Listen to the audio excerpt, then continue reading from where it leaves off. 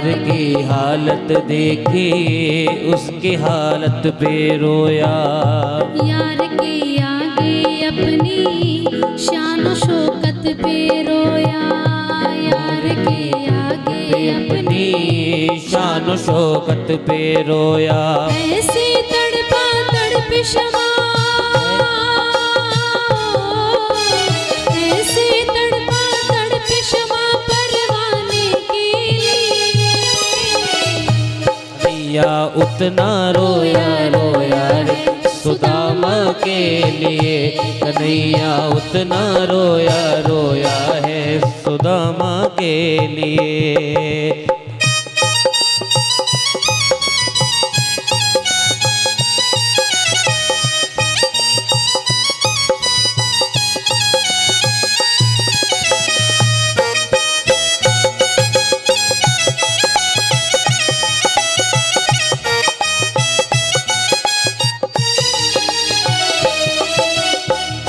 पाँव के छाले देखे तो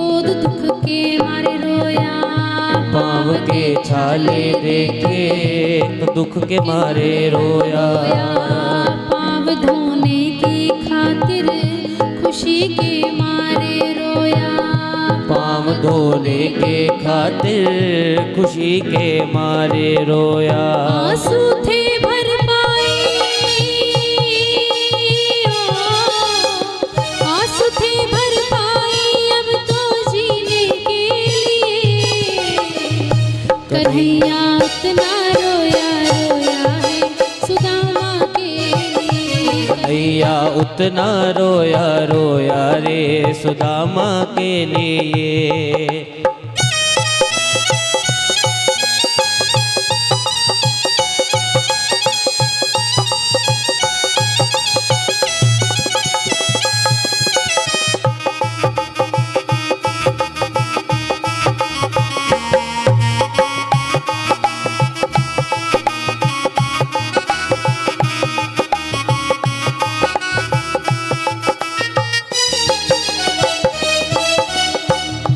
उसके आने से रोया, उसके जाने पर रोया।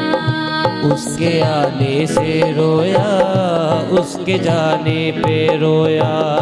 होके गद गद चावल के दाने दाने पर रोया। होके गद गद चावल के दाने दाने पर रोया। बनवारी वो रोया,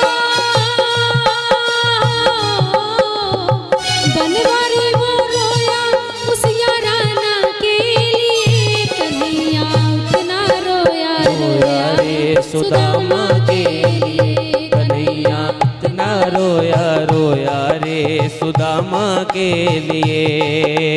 जितना राधा रोई रोई कान्हा के लिए। जितना रानी रोवी कान्हा के लिए। कन्हैया उतना रोया रोया है सुदामा के लिए। कन्हैया उतना रोया रोया रे सुदामा के लिए। कन्हैया उतना रोया रोया है सुदामा के लिए। कन्हैया उतना रोया रोया रे सुदामा के लिए। कन्हैया उतना रोया रोया है सुदामा के लिए। बोलिए भक्तवत्सल भगवान की जय हो। श्री कृष्ण कन्हैया लाल की जय हो। तो ये श्रीमद् भागवत का बड़ा ही प्रेम से भरा हुआ सखा भाव, बंधु का भाव, मित्र का भाव भगवान श्री कृष्ण और सुदामा। भगवान ने कंस का वध किया था। कंस की दो पत्नियां थी, अस्ति और प्राप्ति। जरासंध ने 17 बार मथुरा की नगरी पर आक्रमण किया था।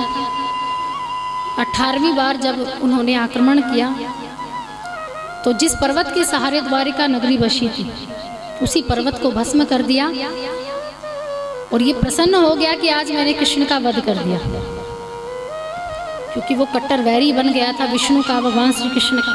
क्योंकि जो उनकी बेटियां थी जरासंध की बेटी थी अस्ति और प्राप्ति।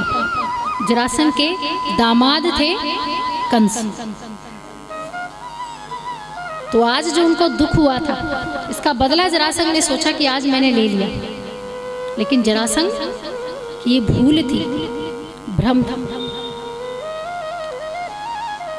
पांडवों ने सभी राज्यों को जीत लिया था, लेकिन जरासंध के राजा को नहीं जीत पाए। जरासंध राजा को, उनके राज्य को वो जीत नहीं पाए, इसलिए राजस्व यज्ञ भी अधूरा रहा। उस यज्ञ के लिए ही, उस राजस्व यज्ञ को पूर्ण करने के लिए जरासंध राजा को जीतना जरूरी था। उधर जरासंध राजा को ये पता था कि ब्राह्मण के हाथों अगर हवन यज्ञ कर दिया जाए तो नारायण प्रसन्न हो जाते हैं, क्योंकि ब्राह्मण नारायण के मुखमंडल की शोभा है। और जब तक ब्राह्मण प्रसन्न नहीं होंगे तो नारायण भी प्रसन्न नहीं होंगे। तब ब्राह्मणों को इकट्ठा किया, पूरे नगर के ब्राह्मणों को एकत्रित किया और कहा कि ऐसा यज्ञ करो, ऐसा यज्ञ करो कि जब पांडवों के साथ मेरा युद्ध हो तो मेरी जीत संभव हो जाए। अगर तुम ऐसा यज्ञ करने में सक्षम हुए, मेरी जीत हुई, तो मैं तुम्हें गुरु मान लूंगा। अगर हार गए तो मैं तुम्हारा सिर धड़ से अलग कर दूंगा। अब बेचारे ब्राह्मण तो फंस गए। अब ब्राह्मण रोते रोते बेचारे भगवान विष्णु के पास गए। भगवान विष्णु को पूरी कहानी बताई तो भगवान ने कहा कि उसका भी समय आएगा, लेकिन उसकी मृत्यु मेरे हाथों नहीं लिखी, उसकी मृत्यु भीम के हाथों लिखी। उधर पांडवों ने राजस्व यज्ञ प्रारंभ करने ही वाले थे, शुरुआत करने वाले थे। तब उन्होंने कहा कि किसी प्रथम स्वरूप में पूजा जाए।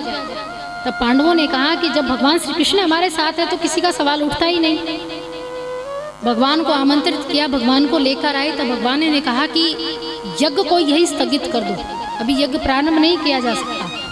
कारण पूछा तो बोलो महाराज, क्योंकि जरासंध अभी तक जिंदा है।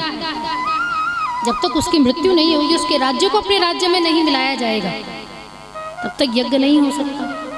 तो क्या करें? तब कहा कि भीम और अर्जुन तुम मेरे साथ चलो। भीम और अर्जुन को लेकर जरासंध के द्वार पर गए। भिक्षा के बहाने जरासंध राजा को बुलाया, क्योंकि वो ब्राह्मणों के अनन्य भक्त थे। भक्त किस लिए थे कि उनके द्वार पर अगर कोई मांगने आ जाता तो किसी को खाली हाथ नहीं भेजते थे। भले ही भगवान विष्णु से कट्टर वैर बनाया उन्होंने था, लेकिन वो स्वयं से ये भी चाहते थे कि जो मेरी मृत्यु है वो भगवान के हाथों, क्योंकि जिसकी मृत्यु भगवान के हाथों हुई है वो फिर सीधे भगवान के धाम जाता है, ना स्वर्ग देखता ना नरक देखता, जो इन 84 लाख योनियों के भटकाव से मुक्त हो जाता है। लेकिन भगवान ने जरासंध को ये सौभाग्य नहीं दिया। 2 नरसंहार सबसे ज्यादा विख्यात हैं, एक महाभारत का और एक जरासंध का।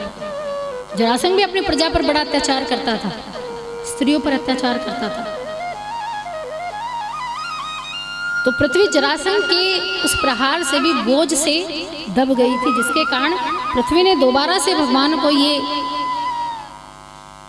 निमंत्रण दिया, आमंत्रित किया कि प्रभु आप आइए और जरासंध का वध कीजिए। अब कंस से तो मुक्त हो चुके हैं, अब जरासंध से भी मुक्ति दिलाइए। पांडवों को और अर्जुन को द्वार पर लेकर गए और भिक्षा मांगी। तब जरासंध को कहा कि हमें तुमसे युद्ध करना है। जरासंध ने कहा कि मैं तुमसे युद्ध करना नहीं चाहता। भगवान ने कहा मैं तुमसे युद्ध नहीं करूंगा, भीम तुमसे युद्ध करेंगे। तो करो। जरासंध को इतना अभिमान था अपनी भुजाओं पर, अपने बल पर, कि वो युद्ध के लिए तत्पर रहते थे। भीम के साथ उनका 27 दिन तक मल्ल युद्ध चला। 28वां दिन आया, लेकिन जरासंध की मृत्यु नहीं